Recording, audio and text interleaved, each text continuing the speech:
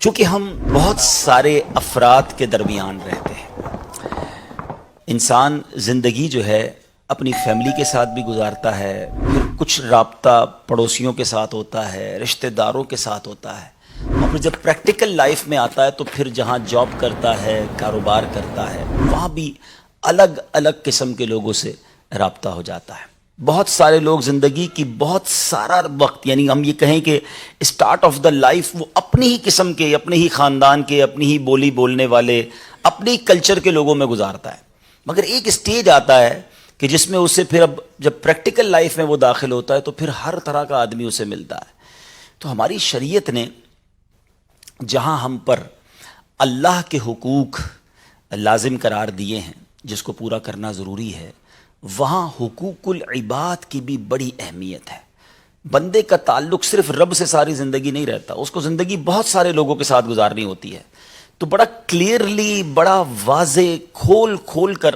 قرآن و حدیث کے ذریعے سب کے حقوق بیان کیے۔ والدین کے ساتھ زیادہ وقت گزرتا ہے تو والدین کے حقوق، بھائی بہنوں کے ساتھ انسان رہتا ہے تو بھائی بہنوں کے حقوق، شادی ہو جائے تو بیوی بچے ہو جاتے ہیں تو ان کے حقوق، کہیں گھر ہوتا ہے تو آس پاس پڑوسی ہوتے ہیں تو ان کے حقوق، اور اب انسان جب فلوٹ کرتا ہے لوگوں کے اندر، اب اس کی پریکٹیکل لائف شروع ہو گئی، سفر کر رہا ہے، کاروبار کر رہا ہے، جاب کر رہا ہے، تو اب زندگی بہت سارے لوگوں کے ساتھ گزرتی ہے، تو پھر عام مسلمانوں کے حقوق۔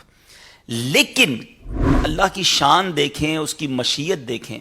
کہ اللہ کے حقوق یقیناً ادا کرنے ہیں،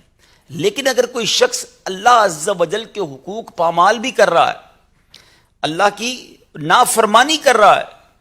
اور کسی موقع پر گڑ گڑا کر اللہ کی بارگاہ میں سچی توبہ کر لے، تو وہ مالک کریم اس کے برسوں کے گناہ معاف فرما دیتا ہے۔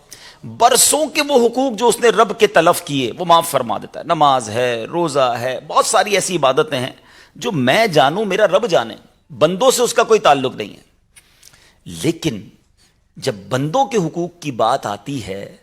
تو اس کی مشیت کے انداز نرالے ہیں، اس کے دستور ہیں کہ جب تک بندہ معاف نہیں کرتا وہ رب کریم بھی معاف نہیں فرماتا، اور یہ ڈیفیکلٹ ہے۔ اللہ کریم ہے، اس کی شان رحیمی ہے، وہ ماں سے 70 گنا بندوں کو زیادہ چاہنے والا ہے۔ ایک آنسو گرائے بندہ وہ 70 سال کے گناہ معاف کر دے، اس کی کرم نوازی ہے۔ مگر بندوں کے تو دل دماغ سب الگ ہوتے ہیں نا۔ ہم اپنے بارے میں سوچیں، کیا ہمیں کوئی بہت ستائے، بہت تنگ کرے، اتنا تنگ کرے کہ زندگی اجیرن کر دے،